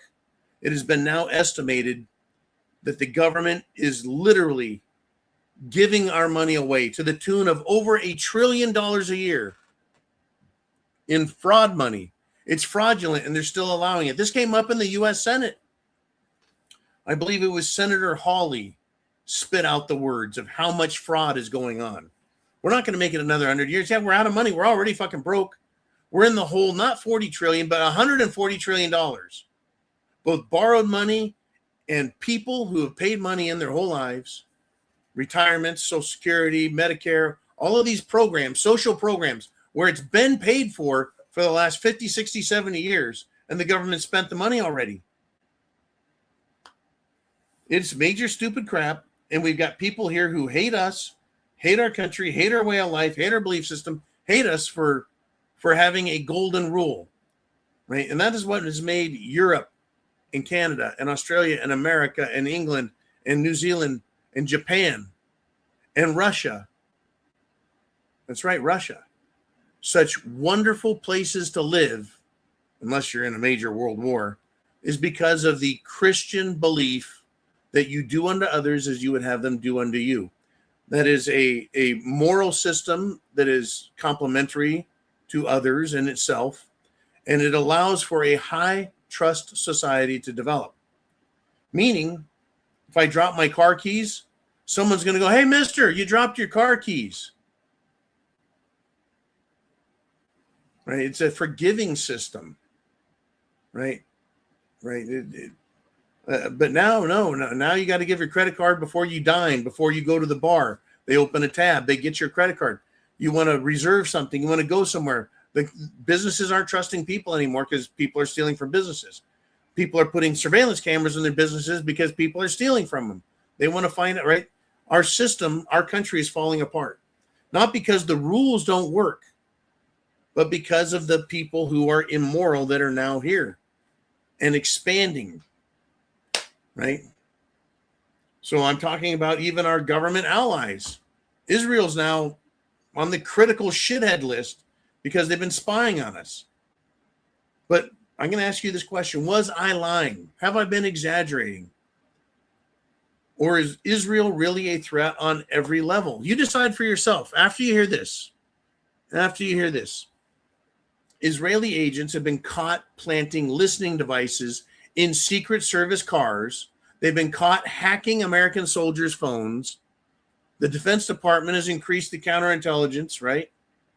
And so is it any wonder that people around the world are noticing? With respect to trusting other countries, this headline came out. A mainstream media idiot wrote, no, Japan, China, and Turkey are not dumping the dollar as a reserve currency. Well, then who the fuck is? Why is gold held more than U.S. treasuries now worldwide? Right? For 30 years or more, U.S. treasuries, that is bonds, T-bills, T-bonds, have been bought by other countries as a safe, reliable asset that they could use for worldwide trade. Now gold is past treasuries, but the media wants you to not believe that. Treasuries were once the gold standard for safety, for liquidity, for settling debts. Now gold is again the gold standard. But they want us to listen to the media. And they want us to believe the media is not going to mislead us the way it's misled us about our greatest allies. How the media has hidden all of the evil. the evil, the lies about communism, neglecting to tell us the truth about communism and what's going on. What a freaking mess. Anyways, the noticing is going to continue, folks. The noticing is going to continue.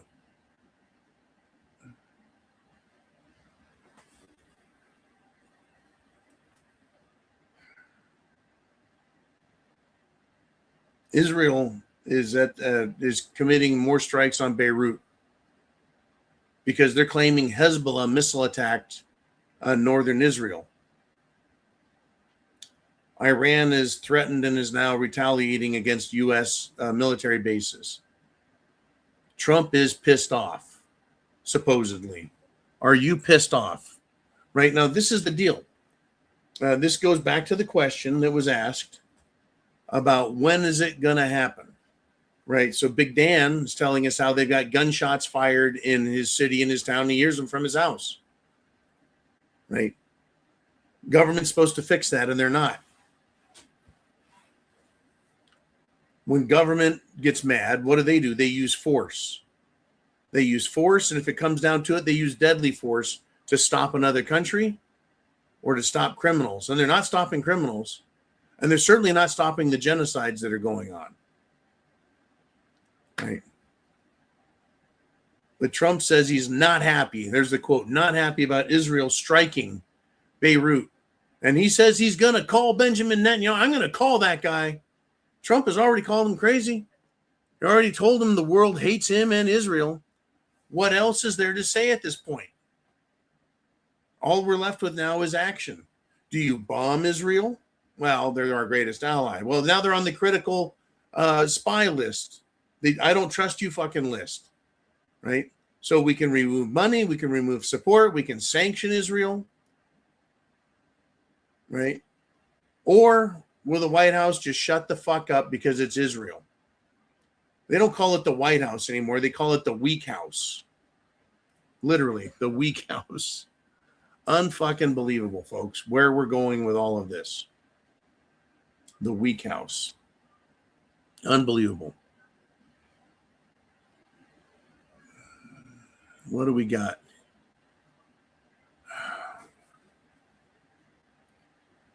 I just talked about money a minute ago. So Big Dan the Man, and he's well past a hat trick here. Dan the Man with a $2 super chat. He says the gold and silver price right now. What the fuck you think? Something I watch very closely.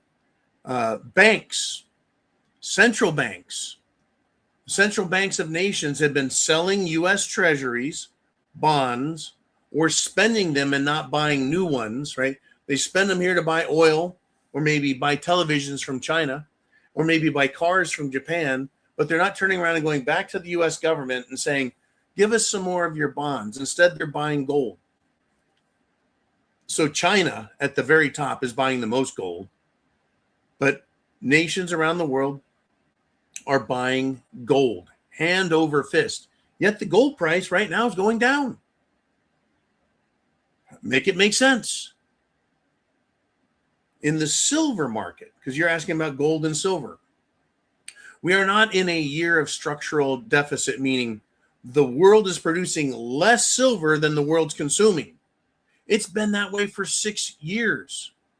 At least 6 years, the world has been consuming and using silver in technology, weapons, solar panels, industrial uses, as well as some investment use, like just little people like you and me, like, hey, I'm gonna buy some silver this month. I got a couple extra bucks. I'll buy a couple ounces.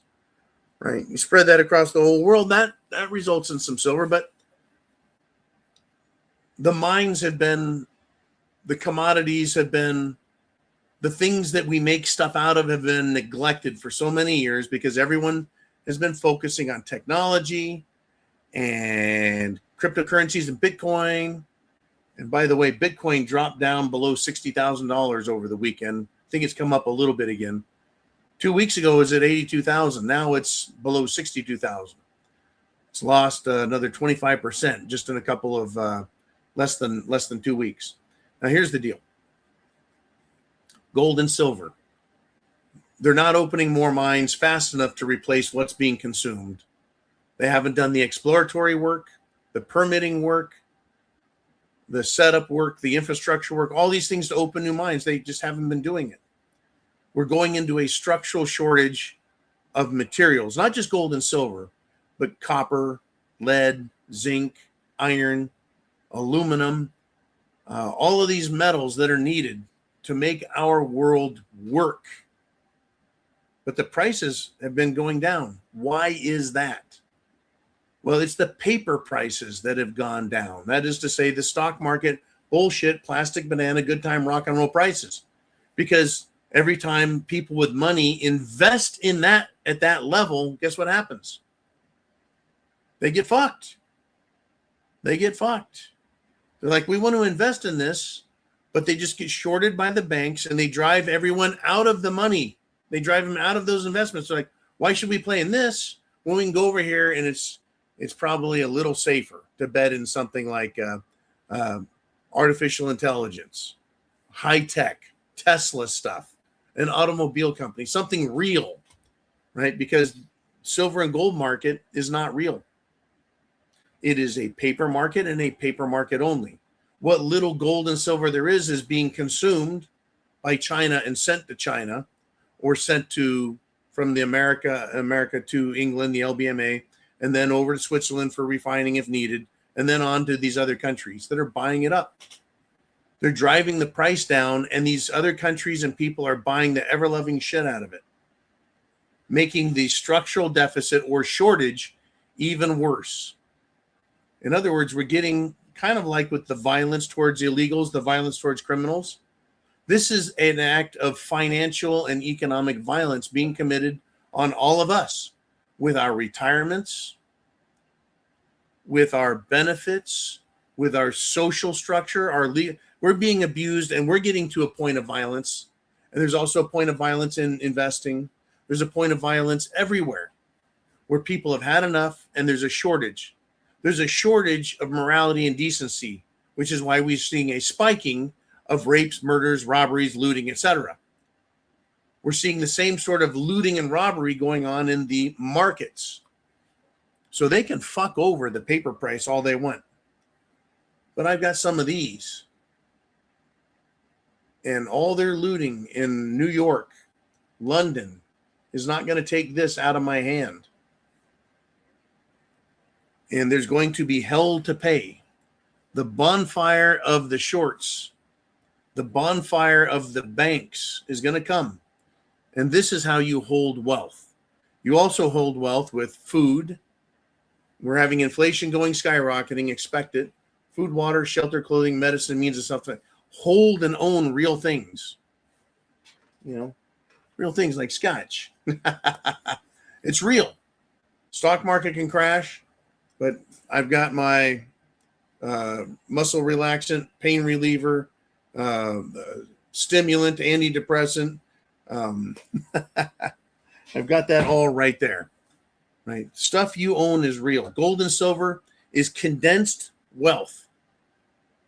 And the people that have been calling for silver to hit $300 and higher by the end of this year have not changed their story, even though we have seen a massive attempt to knock the price down. So the banks, oh yeah, the banks, here we are.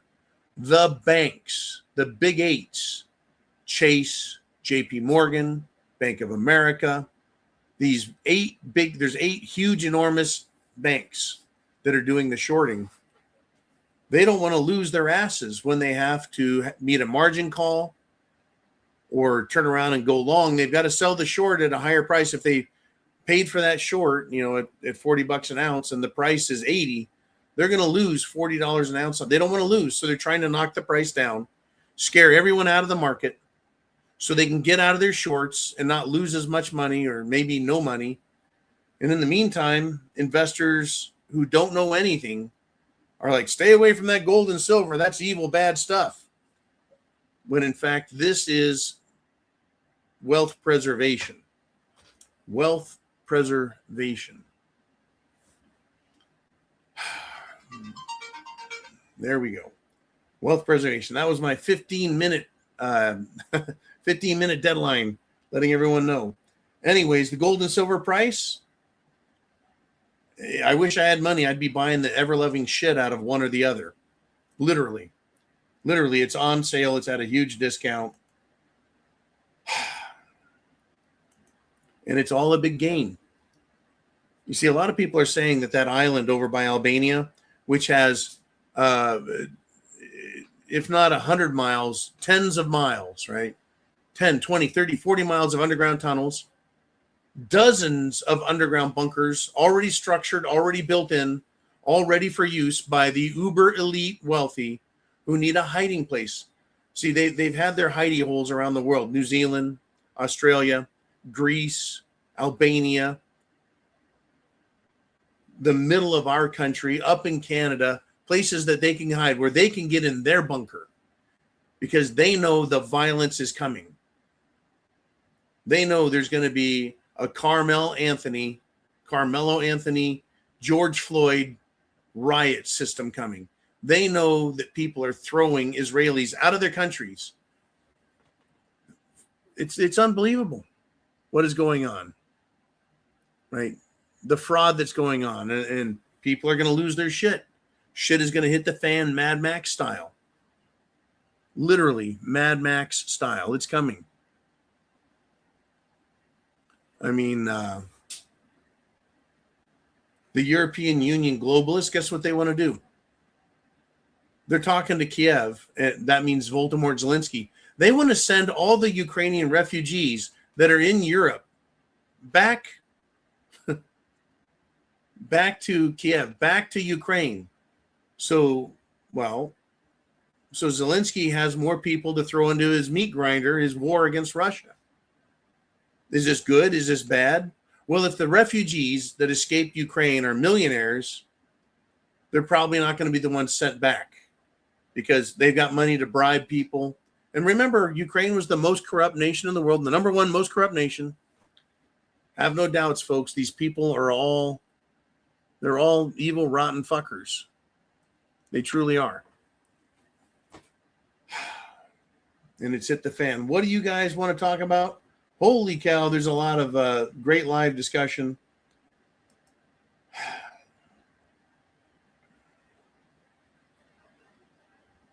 I want to, Patty Hamilton. Patty said something nice. Good show, John. Thank you. It's hard, folks, dealing with all of this. When I was 14 and I had my childhood visions of nuclear war and an invasion in our country, I imagined that the invaders were cultures I was familiar with. You know, they were white people like the Russians or the French or the English, some country that's going to invade us.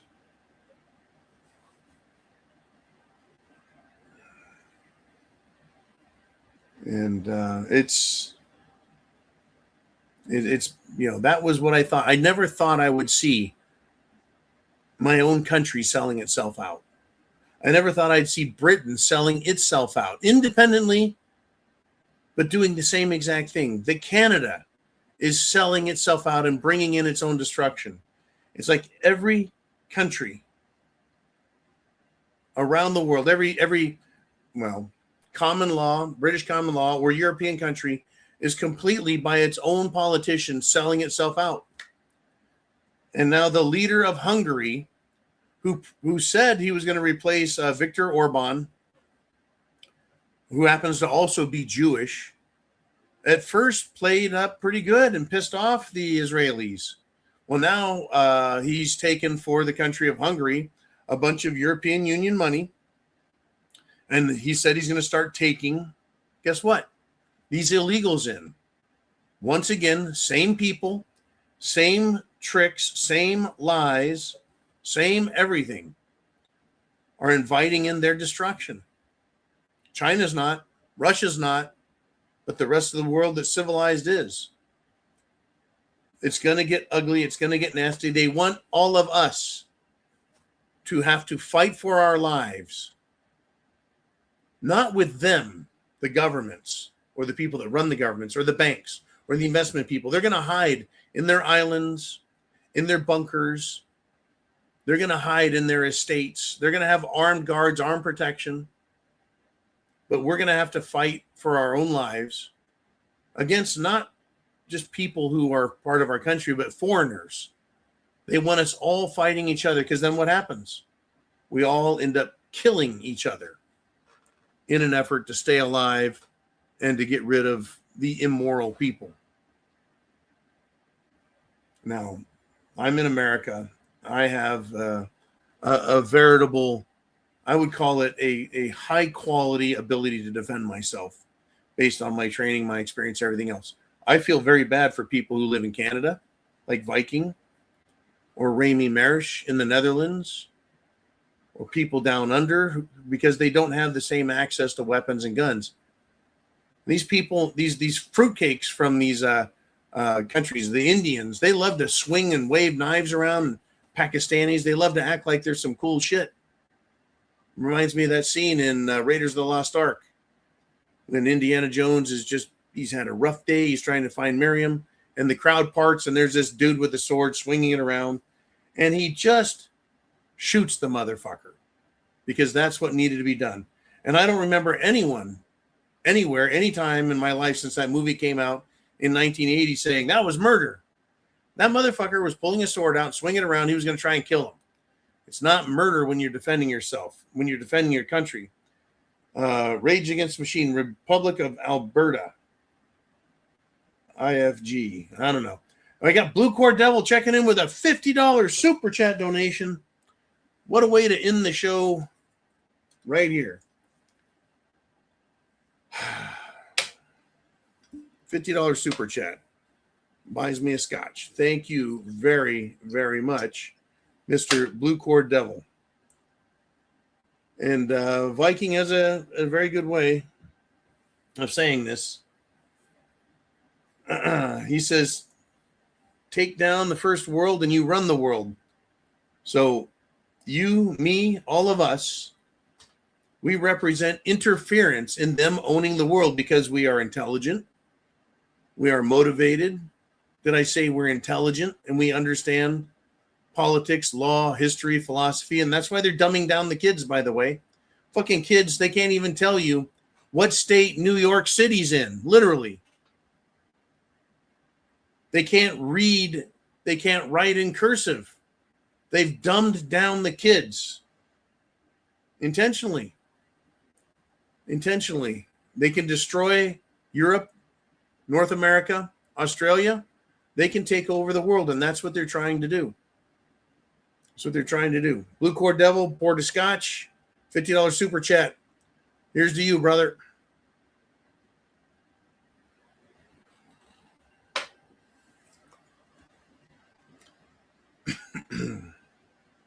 Peace and prayers, John, Jolene, Uman, and everyone else.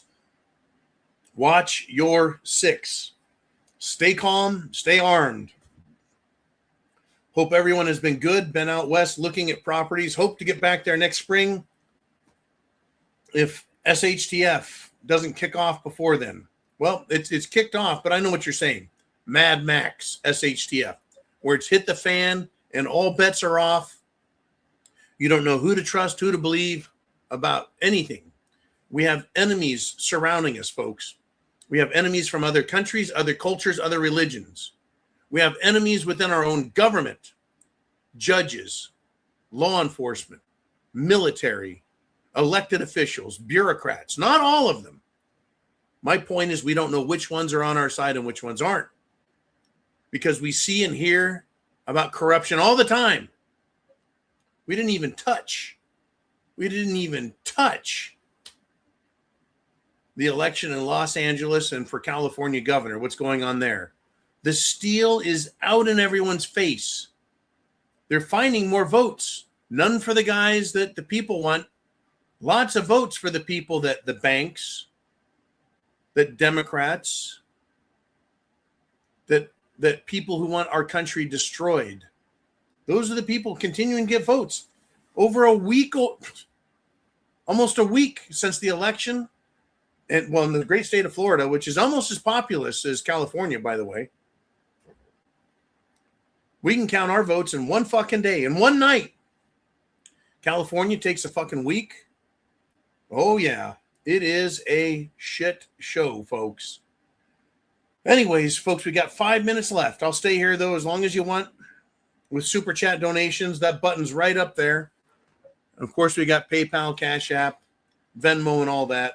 You guys, this is your show, and I really appreciate you bringing me all these great topics to discuss and to allow me to segue in some of my thoughts. And again, my thoughts are mine. Yours are yours. Sharing yours with me, sharing yours with everyone else in the comment section. Just fucking great. Because people need to wake up. Stop being afraid to point at the people doing bad things and pointing out that, yeah, they are the bad guys. Literally, they're the bad guys. They're the evil bastards. You can see what they're doing in wars. You can see what they're doing to countries. You can see what they're doing with this immigration. You can see what they're doing with law enforcement and the courts and the prison system. You can see what they're doing to our elections. You can see what they're doing to our education. How they're trying to bring down our military. How they're bringing these foreign fucks who don't understand the Constitution, who share nothing in common with us, and they're bringing them into our military, into our police departments. These people, these un-American, anti-American, this is just for America, are so brazenly, openly anti-American that they're threatening Americans. Un-fucking real. And they're doing it in England. They're doing it in Australia. And the only time they apologize is when they're caught. And as soon as the cop shows up, they start lying and become aggressive. Thank you, Blue Cord Devil. I hope you're doing well all the way around, man. And good luck finding what you need out west. Here's a comment. The eyes are useless when the mind is blind. Wake up. Open your eyes. But you have a First Amendment. And I used to think the Second Amendment should have been number one. But the First Amendment, the very first thing the Founding Fathers thought when they wrote the Constitution, the very first thing they thought after they got it, they're like, holy shit, we need to guarantee and protect Americans from government that will become abusive, overstep its authority, make up shit, lie, cheat, and fucking steal. We need a Bill of Rights. Not to empower the government, but to protect Americans from it. And it's funny how the government has court cases where it decides which piece of which one of your rights gets to disappear because government has the authority.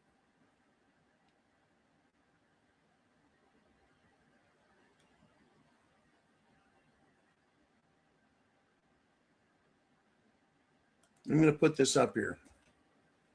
Grabbing Gears 111. Remember my fallen brother, and yes, he was like a brother. Spirit of 84, United States Marine Corps. 6 Nighthawks and 5 returned.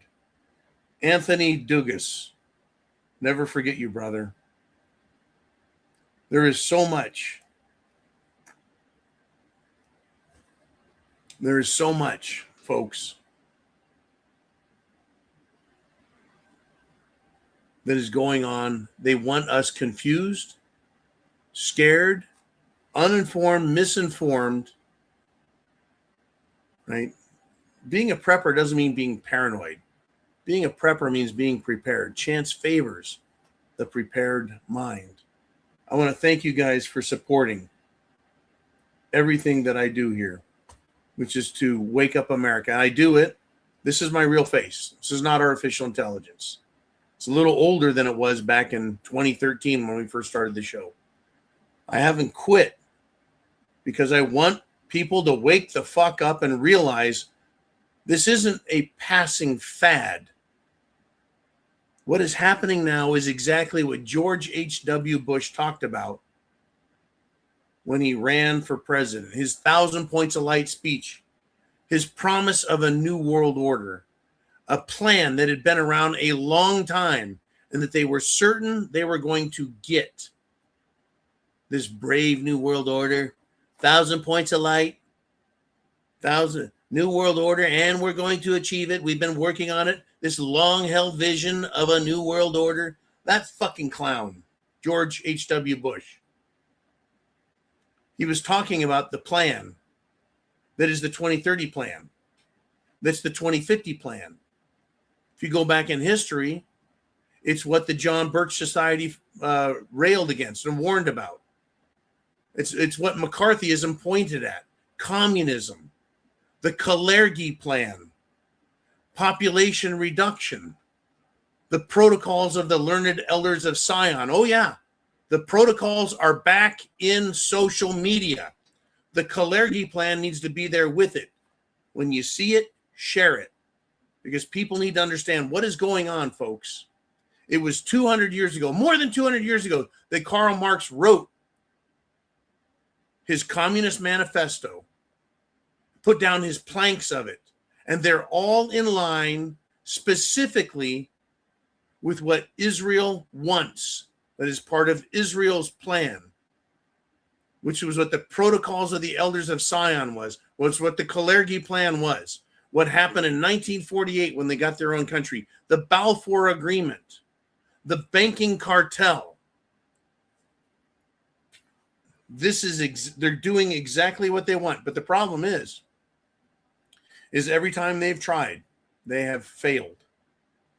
But not until multitudes have been killed as a result of this hatred for humanity, this hatred for white people, this hatred for Christianity, this revenge they're trying to get against us. Literally, you had no idea, because I had no idea until I learned that there's a hatred for me and a hatred for you and a hatred for Europe and a hatred for Canada and a hatred for Australia and New Zealand and Tasmania and Japan and America, a hatred for all of Europe and also Russia. That hatred is real, and it's coming from people who are immensely powerful, immensely wealthy, who have infiltrated all levels of government, all levels of business, all levels of education, all levels of military. And that is why I say chance favors the prepared mind. Get prepared. Food, water, shelter, clothing, medicine, means of self-defense, and of course, if you need help, go to thepreparedmind.club. We don't warehouse anything. We don't sell anything. We just give you links that send you to other companies to help you get prepared. Godspeed. Thank you for supporting the channel and the show. And without you guys, the show is done. Without you guys and your super chats, without you guys, I'm off the air. Without you guys, why should I bother speaking? I could just go deep into my bunker, shelter down, and wait for this shit to really get fucking nasty. But because you guys have supported me for years, because you have shared your thoughts, because we're Americans, because we're human fucking beings that want freedom and liberty, because we believe our right to life is universal, because we're all on the same team, we're here. I've continued to come here and come here and come here. But again, I couldn't do it without you. So thanks again for all of your great support, not just financial, but also you could say personal support, supporting the message. Wake up, get prepared, look around, see the threat level, understand it. It's all up here. It's not an illusion. It's not a lie. It's really happening. These countries are trying to take over the world and destroy us and destroy Christianity, destroy law, destroy culture, destroy tradition, and replace it with the most loathsome belief systems on the planet. If I were an alien from outer space, I wouldn't fucking come here. I'd look at this planet and go, good God. 90% of it is fucking retarded, inbred, belongs to a cult. Woo! Folks, Godspeed to all. Semper Fi means always faithful, and chance favors the prepared mind. I'll see you guys tomorrow, Monday, when we come back in the afternoon. If you want to be a part of it, go to thepreparedmind.club, sign up as a premium member, and we'll be live tomorrow and Tuesday and Wednesday and so on and so forth. Love you guys. Love you all. Get prepared.